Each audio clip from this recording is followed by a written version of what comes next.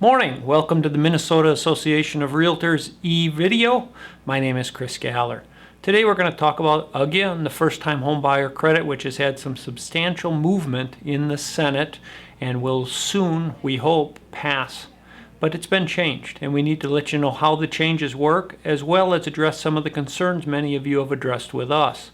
First of all, the $8,000 piece of it for first-time home buyers looks like that will continue at $8,000. There's also an expansion to additional home buyers who have been in their home at least 5 years, and they should qualify for, right now it looks like, about $6,250. Now those numbers are all in play right now as the Senate and the House and the President start to figure out what the final numbers will be. It does look fairly promising, meaning it's not done yet, but it's more than 50% likely that they will expand it and extend it from December 1st through April 30th. And then after April 30th, then it again will expire. One of the changes is that it won't be a hard close like November 30th was now, but it will be purchase agreements written on or before April 30th. And then if you write it on, say, April 29th, you'll have another 60 days to close it.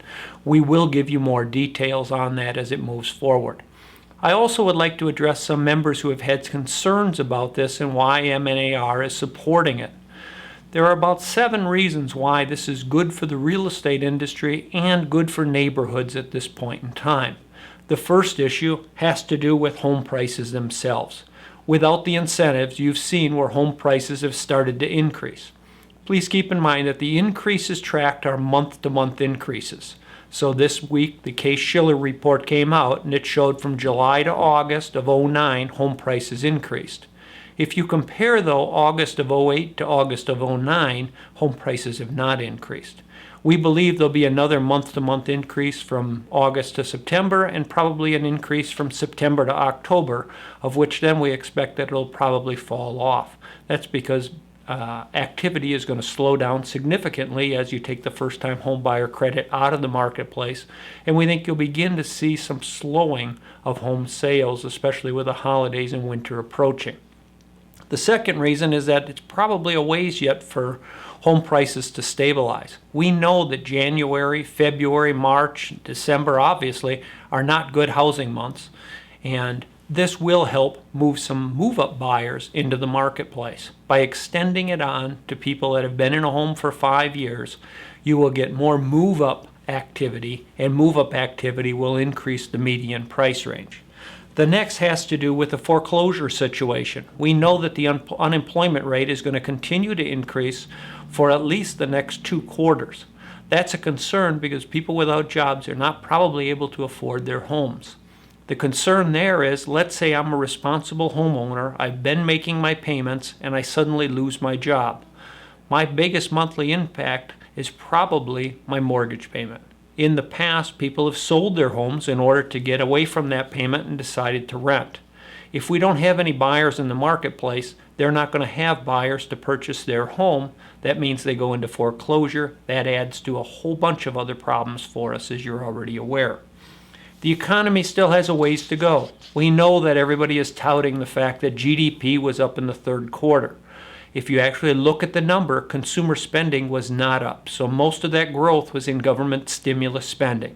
Part of it through the cash for clunkers, part of it through the $8,000 first-time home buyer, as well as some other activities with the stimulus dollars. And it's only 1 quarter. A recession isn't concluded until you have 2 consecutive quarters. And for those of you that can remember the 1970s and 1980s, we had back-to-back recessions. We went from one recession right into another recession after a few months of good. We want to make sure before the stimulus dollars for housing are used up that we're on strong, fertile ground so that we don't have to be in a situation where 2 months from now we say, God, if they just would have extended it, we might have been in better shape. The next reason is, some people have said, well, Chris, we're selling our future business. Those are buyers that would have bought next year or next spring or whatever. In many cases, I agree with you. There probably are buyers purchasing earlier now than they would have naturally purchased. But please keep in mind that Generation Y, the millennials, are a larger demographic group than the Gen Xers, who we've been selling a lot of homes to. That means as the economy stabilizes, we have a larger population base moving forward to purchase the homes. It would be much better to stop the subsidy once we get into a point in time where people have jobs and we have more buyers just naturally because of the demographic group. And then the last one, which is a legitimate as well, when does this all end? When is it are we going to stop and not have any more subsidies? And I think the key for us is to focus on as soon as the marketplace is stabilized so that you can make a living. Our job as a trade association is to make sure that consumers and the members that we represent have an ability to transact real estate. That's our first priority. With that, we hope that you have a great week again, and we hope that you'll join us again. Good night.